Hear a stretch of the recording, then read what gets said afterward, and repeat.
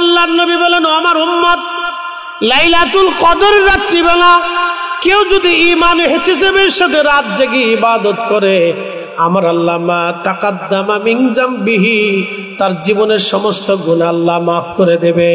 একবার জোরে বলা যাবে কি মারহাবা।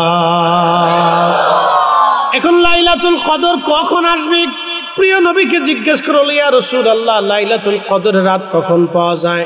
নবীজি বললেন, মাহে রমজানের শেষ 10 দিনে বেজর রাত্রিবেলা তোমরা মাহে রমজান কদরের রাত্রিবেলা তালাশ করো।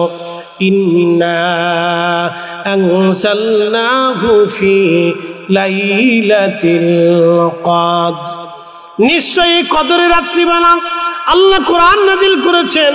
কদরের রাত্রিবেলা কোরআন এসেছে, এই কদরের রাত্রিবেলা আমার আল্লাহ কোরআন নাজিল করেছেন। এই জন্য কদরের রাত এত বড় দামি। আল্লাহ কোরআনে বলেন, লাইলাত ওয়া মা আদরাকা মা লাইলাতুল কদর। নবীজি, আপনি কি জানেন লাইলাতুল কদর কি? লাইলাতুল কদরি খায়রুম মিন আলফি শাহর, সেটা 1000 মাসের চাইতে উত্তম আমার উম্মতের ভিতরে, আমার বান্দাদের ভিতরে। লাইলাতুল কদরের এক রাত্রিবেলা কেউ যদি ইবাদত করে, আমি রব্বুল আলামিন 1000 মাসের চাইতে বেশি পরিমাণে নেক আমার বান্দার আমল নামায় লিখে দেব। একবার জোরে বলা যাবে কি সুবহানাল্লাহ।